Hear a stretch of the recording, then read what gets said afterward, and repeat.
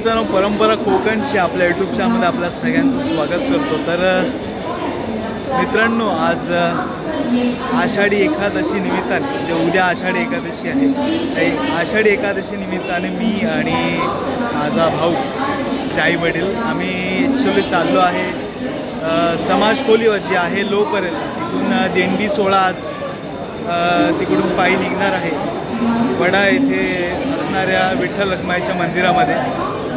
तर विठ्ठल रखुमाईच्या मंदिरामध्ये पायी दिंडी सोहळा निघतोय आणि त्या दिंडी सोहळ्याला मागच्या वर्षीसुद्धा होतो मी आणि खूप धमाल मजा मस्ती आणि तो जो माहोल होता तो माहोल वेगळाच होता, त्या माहोल बरोबर होता। आणि आज परत एकदा एका नवीन पुन्हा एकदा चाललो आहे। चला भेटूया डायरेक्ट समाज खोली। ऑलराईट, तर मित्रांनो आता केम हॉस्पिटलला उतरलो, आम्ही टॅक्सी करून आलो होतो। आम्ही 5 जण आहे, दादाचा मुलगासुद्धा आलेला आहे। तर आम्ही टोटल 5 जण आहे, मी, माझी आई, माझे बाबा, दादा आणि साहिल। तर आम्ही 5 जण आहे आणि ते टॅक्सी करून आलो होतो।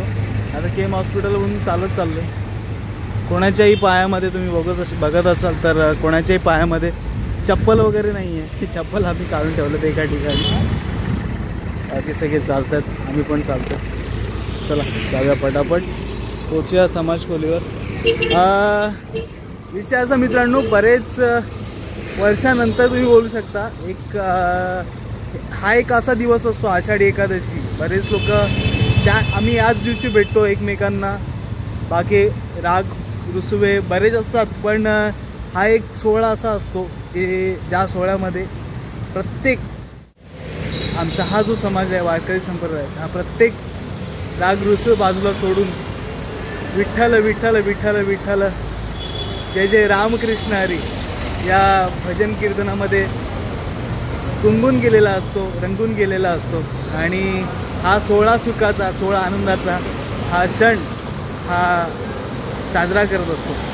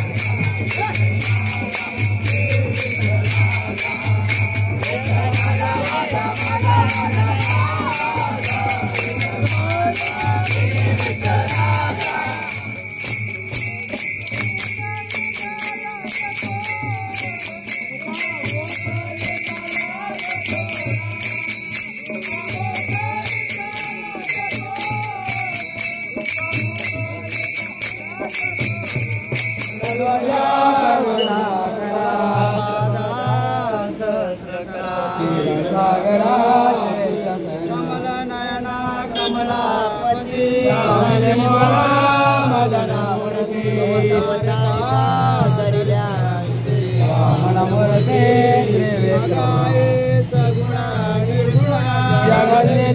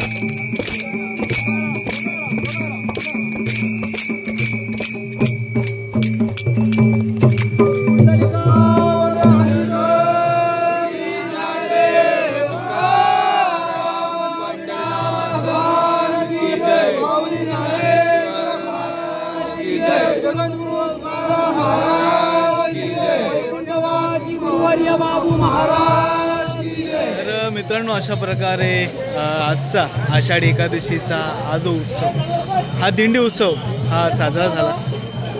माझा व्हिडिओ तुम्हाला कसा वाटला मला नक्की कमेंट करून कळवा. आणि आपल्या सगळ्यांना पुन्हा एकदा आषाढी एकादशीच्या हार्दिक शुभेच्छा. आणि भेटूया लवकरच नवीन व्हिडिओमध्ये. तोपर्यंत टेक केअर आहे.